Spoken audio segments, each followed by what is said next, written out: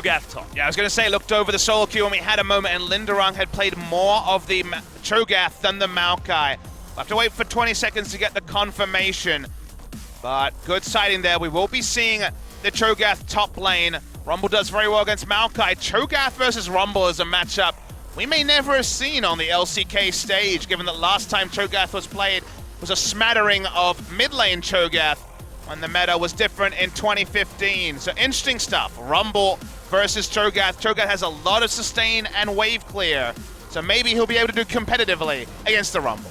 Yeah, well, still yet to find out. Faker going to be taking the Cassiopeia into the Syndra of Lava.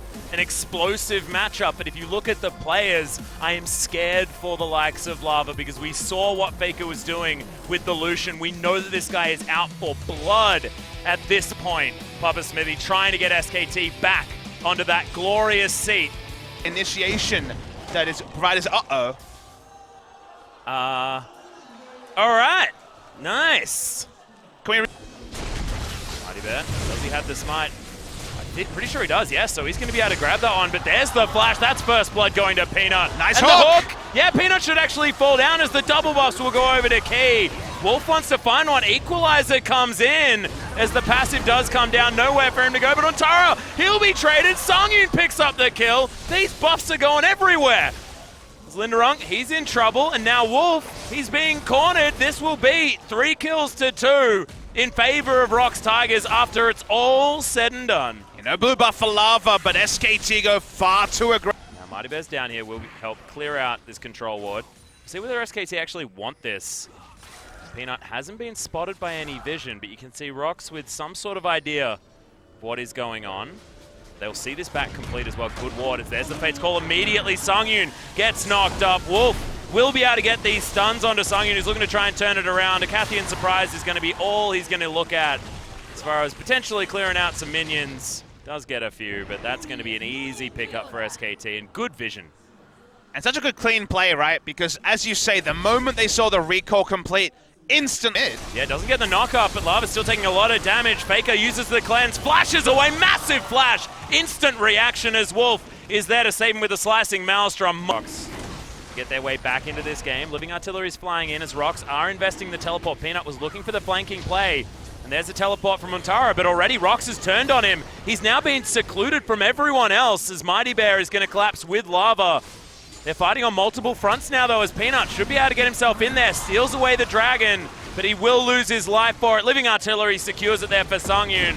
And now Intara is going to fall down as well. Lava gets his kill. So double Infernal Drake is traded for 2 members of SKT. With a composition like theirs, you may actually argue for that being worth it. But see, the issue here, Atlas, is supposed to only be one. A lot of magic resist available. Songyun is going for a Zeal item second as Linderung wants to catch.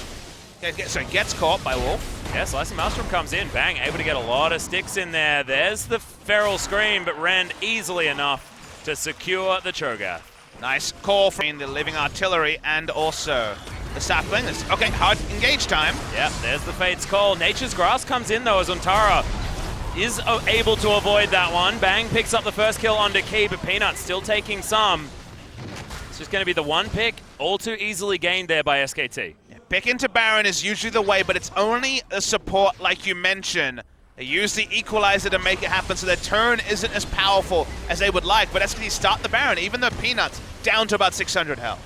Yeah, the football flies in there. Yeah, Peanut is very, very low. Remember, there's execute damage on this Living Artillery, and Peanut has to be very careful. There's Wolf slicing Maelstrom, massive amounts of stuns, but Lava finishes off the support. Faker finds his way into the backline, explodes the Cogmore. There goes the Cinder as the double kill comes in, and that's going to be Bang finishing that one up. Linderung did not last nearly as long as the big tank would want, and now Mighty Bear. No flash, no ability to get the Twisted Advance over the wall, and we're not going to see a repeat of Game 2 BBQ KT because he's not even going to attempt to steal. Man, Faker came out and was basically assassin in the backline, taking down 3 members of ROX Tigers. Got to the squishy center, which for Cassiopeia is not often an easy thing.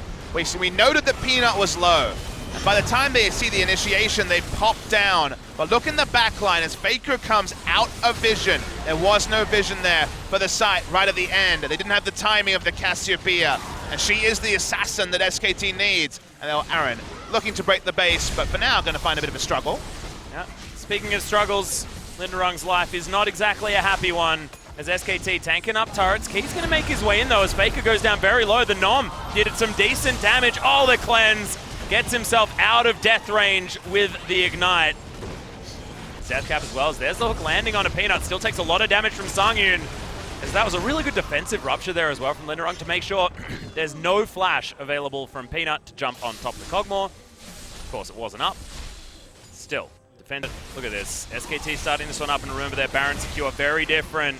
There's Nature's Grasp as Mighty Bear does force the disengage. They're turning onto the Baron. Okay. Can they actually get it? There are no more stacks in there as Peanut steals it away. In goes Wolf there as well. And look at the health bars of ROX disintegrate. Sangyun keeps himself alive though. Linderung bought so much time as they trade tank for tank, but the Baron does go in favor of SKT. Yeah, good first call from ROX Tigers. The use of the Nature's Grasp was really smart and was stopping SKT from being able to turn. There as well. Interesting that you can have less players on the map, but also be able to zone with it. There's the Cataclysm. They're just jumping onto Sangyun. Decent equalizer positioning as they just have to stand on the carpet. In goes Wolf. The Slicing Maelstrom helps take down a few more of them. Peanut's going to die, but he sacrificed himself for the good of SKT as they managed to get 2 picks, one of them being the Kog'Maw, which is so important. And it looks like SKT want to even keep pushing, try and take down these Nexus turrets and not let this game go on any longer. Both of these AP carries might as well have Lich Banes with how much damage they're doing to turrets. This should be the end of the game, all during the Baron buff duration. Yeah, Faker cleans up the first Nexus turret. Lava has to go back to the fountain. Key's going to get these Ren stacks pulled out of him. Linderung as well. The resets are coming in for Bang. Ontara was tanking up everything and just wanders out. It's all going to be fine, and SKT make that 3 games in a row now as they dismantle the ROX Tigers. Looking for their perfect week against weaker opposition, sure. But here, made a couple of mistakes early around the inner turret when the hook came through from Key, but otherwise, good stuff from SK Telecom T1, working themselves into favor, playing themselves into form, not necessarily showing us anything new, but still picking up a largely comfortable victory. Yeah, and before the Telecom War, we mentioned it in our last series, it is of course Budget Telecom War Day, as KT were playing up before, and they didn't show us anything new. SKT looking like they can do this in style at the same time,